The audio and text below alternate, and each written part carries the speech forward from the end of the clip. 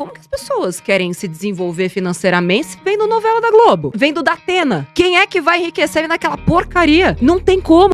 Eu sempre poupei dinheiro, desde criança. Eu tinha 7, 8 anos de idade, década de 90, comecinho de 90, 91, 92, auge da inflação, quase 2.000% de inflação ao ano. E cheguei pros meus pais, falei, e aí, eu tenho uma poupança pra comprar um carro? Porque tinha uma menina da escola que disse que tinha, sabe? Tipo, toda escola tinha aquela que era um pouco mais rica, assim. A gente era classe média. Tipo, não faltava nada, mas não sobrava absolutamente nada. Era viver hoje e amanhã, vamos ver o que vai dar. Inclusive, nesse auge da inflação. E meus pais falaram, meu, cresce e aparece, meu, tem nada pra você aqui. E aí aquilo ficou na minha cabeça, eu comecei a guardar dinheiro com 7, 8 anos de idade. Então, eu transformei aquilo num hábito. Pô, se eu não tenho a grana pro carro, então o carro virou a minha meta. E aí, tinha o dinheiro pra comprar o carro. 18 anos, já criei uma outra meta, que era comprar um apartamento com 23, 24, quando saísse da faculdade. E aí, ali, eu já tava fazendo, né, meus investimentos. Comecei a investir com 18. Inclusive, na academia, que eu frequentava, tinha um rapaz lá que começou a falar pra mim sobre clubes de investimento. E eu falava, sério? Porque eu comecei a investir com 18, mas em previdência. E logo depois que ele falou dessa coisa dos clubes de investimento, que o dinheiro multiplicava mais depressa e tal, eu comecei a estudar. E aí coloquei, tipo, todo o dinheiro que eu tinha num fundo, que não era esse clube, era outro, porque esse clube tava fechado. Botei todo o meu dinheiro num fundo, me achando e tal. Um ano depois, eu tinha metade de todo o dinheiro que eu tinha colocado. Nossa. E assim começou a minha vida com os investimentos. Só que era algo que eu fazia pra mim por prazer, porque eu sabia aquilo que eu queria. Nunca me faltou dinheiro. Mesmo começando igual um monte de gente, eu sempre tive mais dinheiro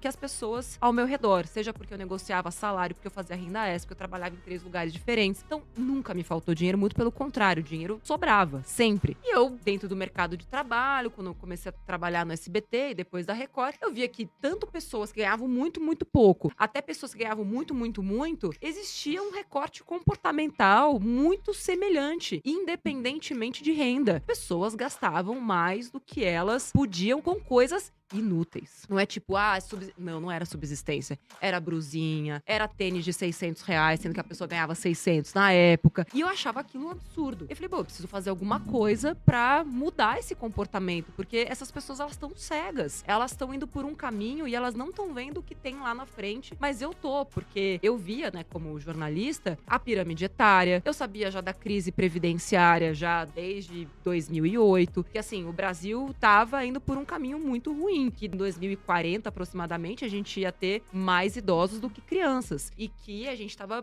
indo pra um abismo e ninguém tava vendo, eu me sentia meio que maluca. E aí foi aí que eu sugeri fazer um quadro, aproveitar que tava lá no Hoje em Dia, né, o programa que eu trabalhava, né, como repórter na Record, sugeri um quadro de transformação financeira. Eu sempre fui apaixonada por entretenimento, por realities de transformação. Falei, por que não fazer um reality de transformação pras pessoas? Pegar gente endividada, transformar essas pessoas em investidoras em 4 semanas, um negócio bem uau, assim. E foi aí que tudo começou, porque, né, o diretor do programa falou, olha, Nath, sua ideia é tão boa, que o apresentador vai fazer. Eu acho que esse foi um momento chave, assim, sabe? Que foram esses 2 nãos que me forjaram, assim. Eu escolhi não ter ódio, não ter ranço. Todo mundo fala, hoje esse chefe... Falei, gente, eu não penso sobre isso, porque não é sobre você se vingar e sobre aquele que te puxou o tapete. Não, tipo, é sua escolha. Eu decidi ser a maior influenciadora de finanças do Brasil naquele momento, porque ele falou pra mim, eu perguntei, por que eu não? Ele falou, porque você não é uma especialista. E o outro é. Tipo, você é só uma repórter. Mas naquele momento que ele me deu o argumento, ele também me deu uma chave. Eu falei, então eu preciso de um carimbo? Então eu vou virar a maior especialista em finanças do Brasil. E aí eu comecei a estudar, ganhei prêmio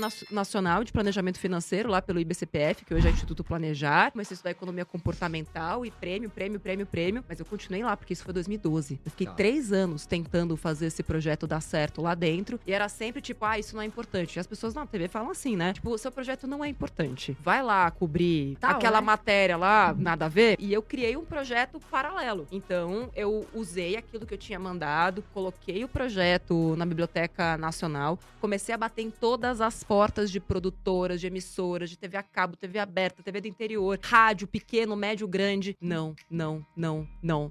3 anos de portas batendo na minha cara. Quando eu achava que tava perto, não vai. Aquela coisa começa a esfriar, a pessoa começa, tipo, a, sabe, ser mais evasiva. E aí eu falei, quer saber? Eu vou criar meu blog. Aí primeiro criei um blog. Peguei o nome do projeto lá, que eu tinha colocado, né, do programa Me Poupe. Me Poupe era o projeto do programa, do reality que eu tinha criado. Não era pra ser a empresa. Falei, mas esse nome é bom, né? Tipo, eu que tinha criado e tal. Vou dar o nome desse blog de Me Poupe. Isso foi, acho, fevereiro de 2015. Quando foi junho, falei, quer saber, esse negócio de YouTube tá bombando, tinha Kéfera, Felipe Neto, e etc, tal, canais com 1 milhão de pessoas. O maior canal de finanças da época tinha 40 mil inscritos. Falei, então eu vou fazer um canal do YouTube pra mostrar pro meu chefe da TV que eu sou capaz de fazer isso que eu tô querendo fazer. Foi por isso que eu fiz o canal do YouTube. Não era pra ser o maior canal de finanças do mundo, era pra provar pra ele, porque assim, provando pra ele, eu ia conseguir ter o meu espaço na TV que eu queria. Também não deu certo. E aí, quando foi dezembro de 2015, veio uma corretora de valores, bateu na minha porta, mandou um e-mail. Eu vi ali uma oportunidade, fiz um plano de comercial que eu nunca tinha feito na vida. Falei, não, mas eu vou fazer de conta que eu sei fazer um plano comercial e vai dar certo. E aí, fiz lá a proposta, eles aceitaram, fechei um contratinho de 1 ano. Falei, ufa, agora eu tenho 1 ano pra fazer essa merda dar certo e fazer esse negócio decolar. A galera ficou louca, acharam que eu tinha ficado maluca. Imagina, pedindo demissão, uma TV com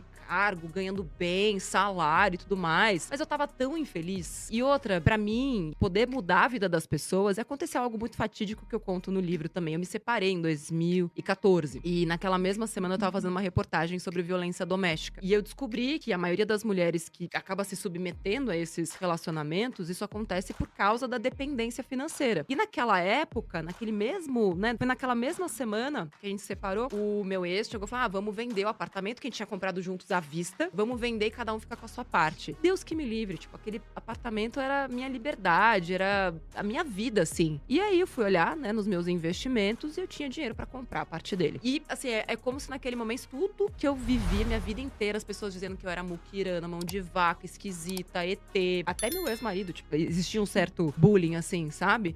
Olha só aquilo que eu consegui, porque eu soube ir contra a manada. Mesmo as pessoas dizendo, mesmo todo mundo falando, tipo, cara, não tem preço você poder literalmente comprar a sua liberdade. E ali eu vi mulheres que, por não ter esta consciência, não ter este conhecimento, estavam presas. A mulher estava no esconderijo e eu tive que cobrir a voz dela, cobrir a face dela, não podia nem mostrar, porque se por acaso o cara reconhecesse a voz e o lugar onde ela estava, a mulher ia ser assassinada no dia seguinte. Então, assim, nessa hora, eu percebi como os meus receios de pedir demissão eram pequenos. O que era o meu medo de não dar certo perto do que tava do outro lado. O quanto custaria pra aquela mulher a minha escolha de não fazer uma escolha difícil, sabe? E é o que eu tenho feito desde então. Quais são os piores hábitos que você enxerga hoje nos brasileiros? São tantos, né? E antes, né, da galera começar a falar isso só existe pra quem é rico e tal, então acho que a primeira coisa parte das nossas crenças. E não tem nada a ver com crenças limitantes, não. No Brasil, a gente desconfia e a gente aponta o dedo pra quem ganha muito dinheiro. Não sei de onde a gente tirou isso, não sei de onde vem, mas a gente costuma recriminar, inclusive criminalizar, apontando o dedo pra quem ganha muito dinheiro, como se aquela, se ganhou muito dinheiro, deve ter feito alguma coisa errada. Mas também a família, mas também a família. Vocês têm noção do quanto que eu ouvi isso, de lá até aqui, inclusive de colegas jornalistas, assim, sabe? Então a gente tem essa aura, assim, do tipo, primeiro, se eu nasci pobre, vou morrer pobre, eu não posso sair dessa condição, que também não é verdade, quando você tem acesso a conhecimento, e hoje existe conhecimento da melhor qualidade de graça, no Me Poupe, sem contar toda essa leva de excelentes influenciadores, né, de finanças, educação financeira. Que vem crescendo, sem falar sobre empreendedorismo. Hoje, qualquer coisa que você quiser aprender, você aprende de graça no YouTube. De matemática, geografia, corte e costura, tudo, tudo. Não existe nada que você não possa aprender se você tiver uma boa curadoria e souber continuar, né, aprendendo cada vez mais. Então, eu acho que esse hábito também de não aprender, acho que são contra-hábitos. O problema não é nem hábitos. É o hábito de fazer sempre o mais simples, o mais fácil e o mais confortável. É o hábito de ligar a TV e ver novela, em vez do hábito de ler um livro. Como que as pessoas querem se desenvolver financeiramente vendo novela da Globo? E você vendo da Atena? Quem é que vai enriquecer naquela porcaria? Não tem como. E outra, tipo, a sua cabeça, ela começa a ficar paranoica num grau. Gente, minha vida começou a mudar quando eu parei de assistir TV. Eu trabalhava na TV, mas eu não assistia, porque... E eu tentava, assim, também de uma forma sobre-humana, fazer conteúdos e matérias que quem tivesse do outro lado pudesse aprender aprender alguma coisa com aquilo, sabe? Ou pelo menos ter uma esperança, assim, sabe? Porque se a gente continuar colocando sangue, violência e não mostrando que existe um país bom, que existem exemplos positivos e que tem muita coisa que dá certo, a gente é levado a acreditar que só quem é ruim vence. Você não só pode dar certo e vencer na vida, como pode ficar muito, muito rico, licitamente, com muito esforço. Dá pra ficar rico rápido? Dá, com sacanagem. Dá pra ficar rico devagar, trabalhando, ganhando cada vez mais valor, investindo cada vez melhor? Dá também. Mas se você quer isso do dia pra noite, esquece.